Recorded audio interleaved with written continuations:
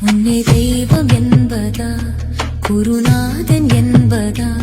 என்னை பார்த்து பார்த்து வளர்ப்பதனால் அன்னை என்பதா உன்னை தெய்வம் என்பதா குருநாதன் என்பதா என்னை பார்த்து பார்த்து வளர்ப்பதனால்